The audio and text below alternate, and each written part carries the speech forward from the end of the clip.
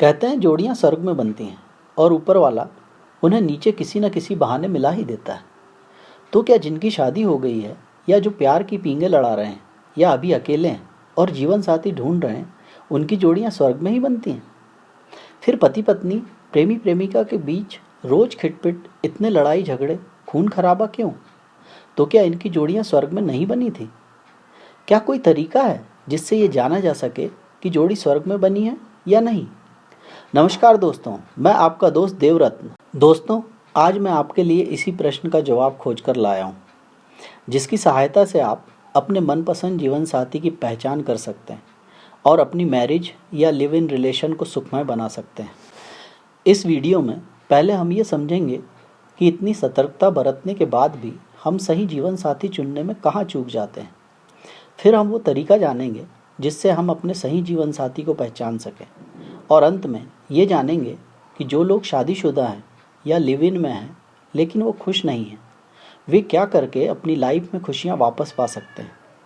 तो चलिए शुरू करते हैं। इंसान अभी तक ऐसी मशीन ईजाद नहीं कर पाया जिससे पता लगाया जा सके कि किसकी जोड़ी स्वर्ग में बनी है। अगर ऐसा होता तो सभी जोड़े राधा कृष्ण या शिव शक्ति से होते और दुनिया में हर तरफ प्यार और सुकून होता। लेकिन फिर भी ऐसा जीवन साथी पाने के लिए हर कोई इच्छुक होता है। इसलिए कुंडली मिलान का धंधा पुरातन काल से चला आ रहा है। अक्सर फिल्मों में ऐसा आपने देखा होगा या कहानियों में पढ़ा होगा। हीरो हीरोइन अलग अलग जगह पैदा होते हैं, फिर किसी कारण उनका आमना सामना होता है, फिर उनके बीच नोकझोंक होती है या उनके मिलने में तमाम तरह की अड़चनें आती हैं, लेकिन अंत में उनका मिलन हो जाता है। और पूरी फिल्म या कहानी में आप कभी हंसते, कभी रोते, कभी गुस्सा, कभी कसमसाते, कभी गम में डूब जाते हैं। मीन्स हर भावना से गुजरकर अंत में उनके मिलन पर आप आत्मिक शांति अनुभव करते हैं और खुश हो जाते हैं। इसके बाद आप भी सपनों में एक ऐसे जीवन साथी की कल्पना करते हैं जो सिर्फ आपके लिए बनाया गया हो। लेकिन कहा जाता है कि फिल्मों और कहानियों में वो होता है जो हकीकत में नहीं होता, क्योंकि जीवन में जो होता है वह हमें रास नहीं आता। हम जानते हैं, हमें उसका अनुभव होता है। इसलिए फिल्मों या कहानियों में वो लिखा जाता है जो हम चाहते हैं, लेकिन वास्तविकता में वैसा होता नहीं। मतलब हमारा सपना जो हमें गुदगुदाता है, जो हमें सुख का एहसास करा जाता है। सद्गुरु कहते हैं, इस दुनिया में अपना जीवन साथी ढूंढना निश्चित रूप से लगभग असंभव है। भले ही हम इतने विकसित हो चुके हैं, हमारे पास सभी सुविधाएं उपलब्ध हैं, पृथ्वी इतनी बड़ी है, लाखों करोड़ों लोग हैं और जीवन बहुत छोटा है। आप अपना जीवन साथी कैसे ढूंढेंगे? भले ही सारी सुविधाएं उपलब्ध हों, फिर भी सही को चुन पाना मतलब 1% चांस। यह तब और भी असंभव हो जाता है जब सुविधाएं उपलब्ध न हो और जब आपको हर तरह से जीवन साथी ढूंढने से रोका जाए। लेकिन अगर आपको मदद की जाए, अपने जीवन साथी को ढूंढने के बारे में शिक्षित किया जाए, तो भी 70 साल की छोटी सी जिंदगी में उसे ढूंढ पाना मुश्किल है। किसी को मिल जाए ऐसा कम ही होता है। यह एक दुर्लभ घटना है। मनुष्य के शरीर में 7 केंद्र होते हैं। सबसे नीचे काम केंद्र है और सबसे ऊंचा समाधि केंद्र है, और इन दोनों के बीच में 5 और केंद्र हैं। इन केंद्रों के तालमेल और सामंजस्य से आप जान सकते हैं कि आप और आपके जीवन साथी के बीच कितना प्रेम, कैसा संबंध होगा। ये 7 श्रेणियां हैं। आप किस श्रेणी में आते हैं देखें। यह एक सीढ़ी है। जब एक पुरुष के सभी 7 केंद्र एक महिला के सभी 7 केंद्रों के साथ तालमेल और सामंजस्य स्थापित कर लेते हैं, तो आपको अपना ऐसा जीवन साथी मिलता है।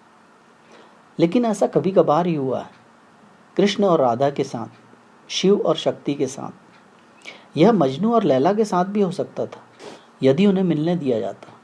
श्री और फरीहाद के साथ भी ऐसा हो सकता था यदि उन्हें मिलने की अनुमति दी गई होती, लेकिन समाज ने उन्हें रोक दिया। और याद रखें, कृष्ण और राधा को भी समाज ने अनुमति नहीं दी थी। यह कानूनी विवाह नहीं था, यह अवैध था। राधा कृष्ण की पत्नी नहीं, बल्कि सिर्फ एक प्रेमिका थी। और शक्ति के माता पिता शक्ति का शिव से विवाह करने के सख्त खिलाफ थे। वह बहुत अजीब आदमी लगता था, और वह था भी। यह माता पिता की आज्ञा के खिलाफ था। फिर भी शक्ति शिव के साथ प्रेम संबंध में कूद पड़ी। लेकिन ऐसा कभी कभार ही हुआ है, और यह स्वाभाविक लगता है। जब भी ऐसा होता है, पूर्ण एकता महसूस होती है। एकता, मिलन नहीं। दो व्यक्ति एक दूसरे में पूरी तरह से विलीन हो जाते हैं। उन्हें विभाजित डिवाइड करने वाली कोई छोटी पतली स्क्रीन भी नहीं है। यहाँ कोई विभाजन नहीं है। यह रहस्यमय यूनियो मिस्टिका है। दो व्यक्ति ऐसे कार्य करते हैं मानो वे एक ही हों, दो शरीर लेकिन एक आत्मा। यह पूर्ण सामंजस्य है। यह प्रेम अपने चरम पर है। किसी ध्यान की आवश्यकता नहीं है। यह प्रेम ही काफ़ी है। आपने भारत में शिव मंदिर तो देखे ही होंगे। आपने शिवलिंग तो देखा ही होगा। शिवलिंग केवल इन दो प्रेमियों की कामोन्माद अवस्था का प्रतिनिधित्व करता है।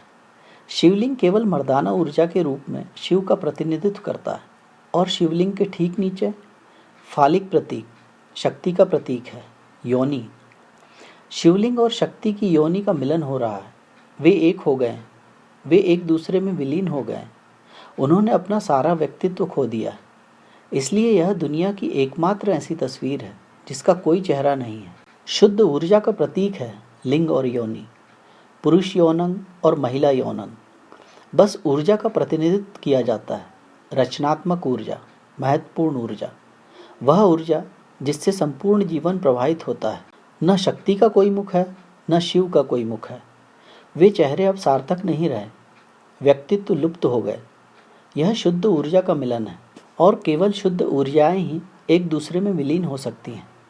क्योंकि यदि आपके पास एक ठोस व्यक्तित्व है तो यह विघटन में बाधा डालेगा।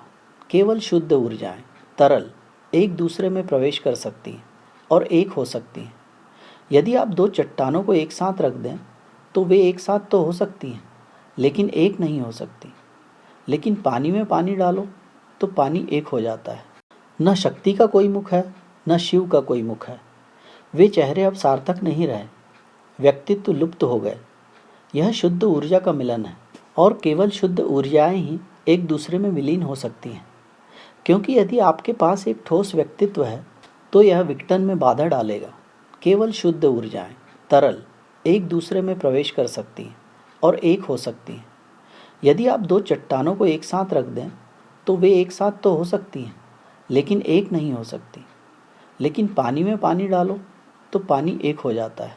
यह मिलन है, एकता नहीं।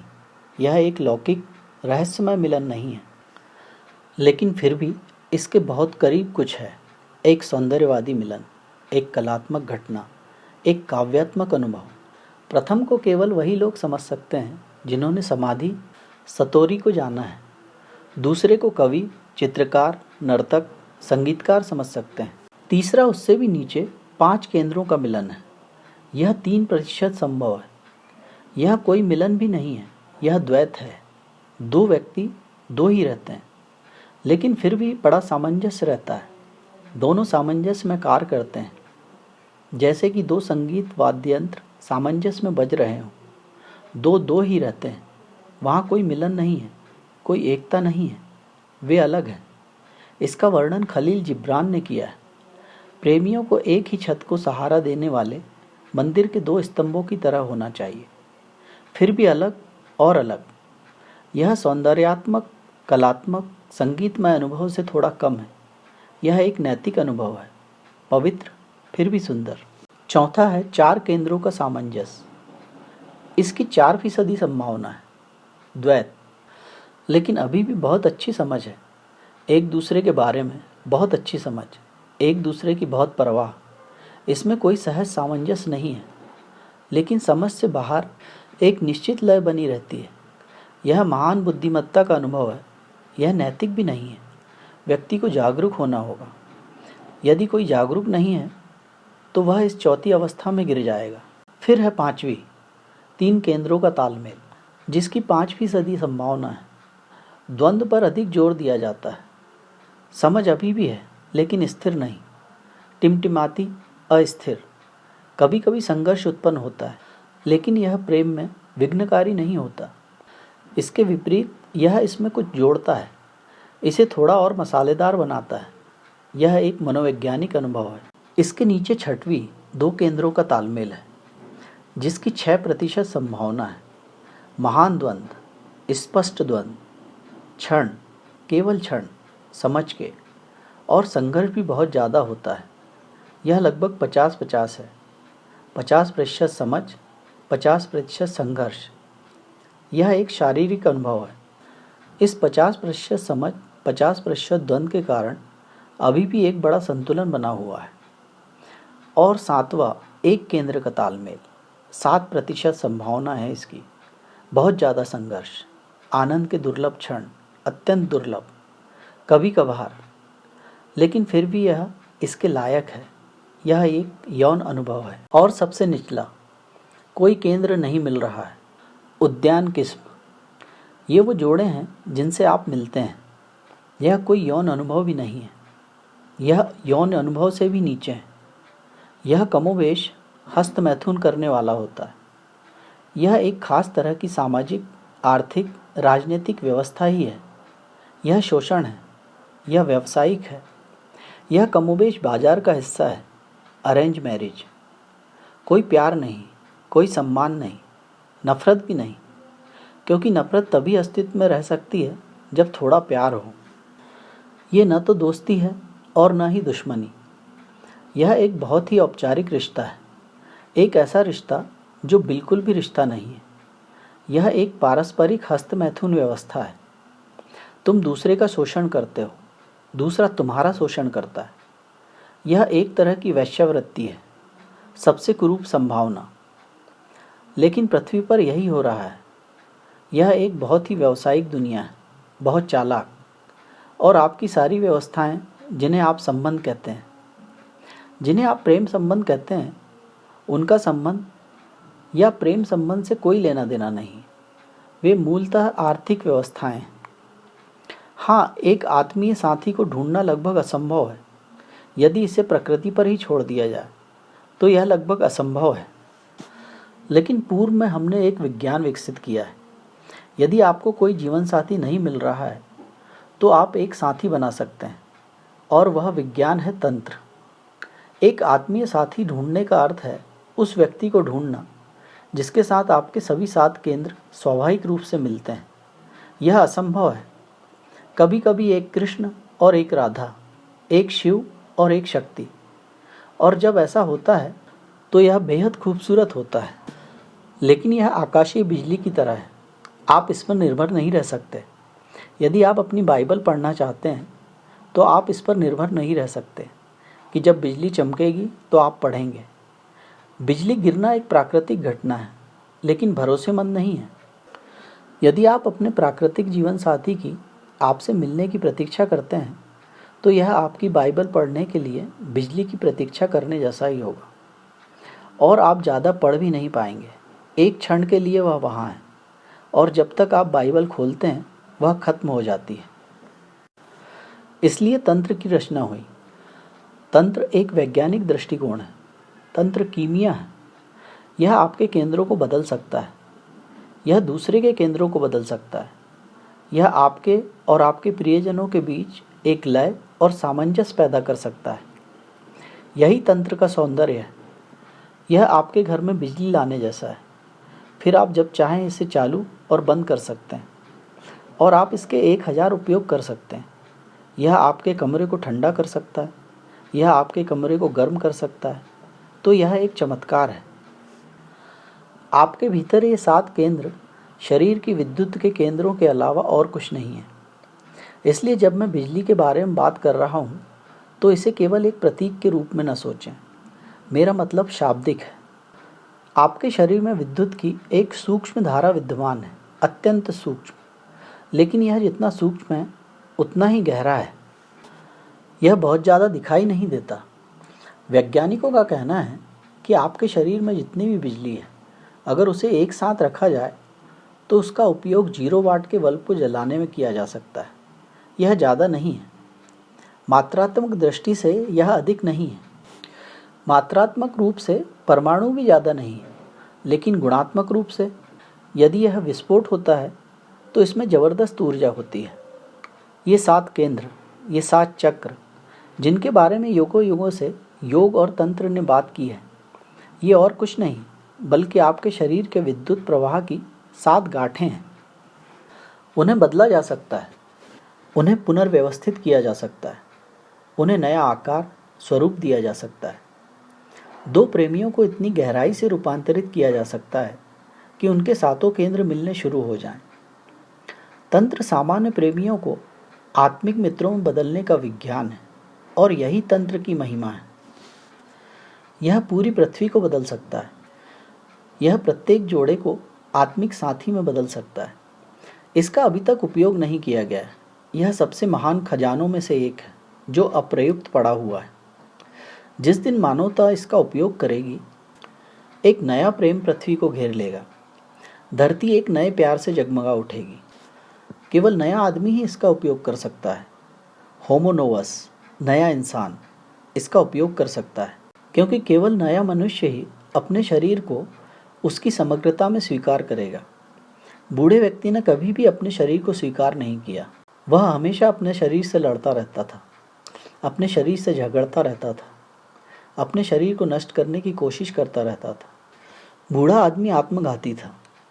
बूढ़ा व्यक्ति सिजोफ्रेनिक था। नए आदमी में समग्रता होगी। वह आत्मघाती नहीं होगा। उसे जिंदगी से इतना प्यार हो जाएगा कि वह बार बार वापस आना चाहेगा। केवल नया मनुष्य ही इन जीवन ऊर्जा केंद्रों को रूपांतरित कर सकता है। यह एक बेहतरीन प्रयोग है। इस प्रयोग की सफलता पर बहुत कुछ निर्भर करेगा। यदि हम लोगों को प्रेम की इतनी गहराई तक बढ़ने में मदद कर सकें कि प्रत्येक जोड़ा राधा कृष्ण बन जाए, कि प्रत्येक जोड़ा शिव और शक्ति बन जाए, तो जरा दुनिया के बारे में सोचें। यह कितनी सुंदर हो सकती है। इसके आगे जन्नत फीकी हो जाएगी। यही धरती स्वर्ग हो सकती है। लेकिन विज्ञान सूक्ष्म है और केवल वे ही इसे समझ सकते हैं जो वास्तव में बिना किसी पूर्वाग्रह के समझने के लिए तैयार है। और काम बड़ा सूक्ष्म रहस्यमय है। बाहरी लोग कभी भी नहीं समझ पाएंगे कि क्या हो रहा है।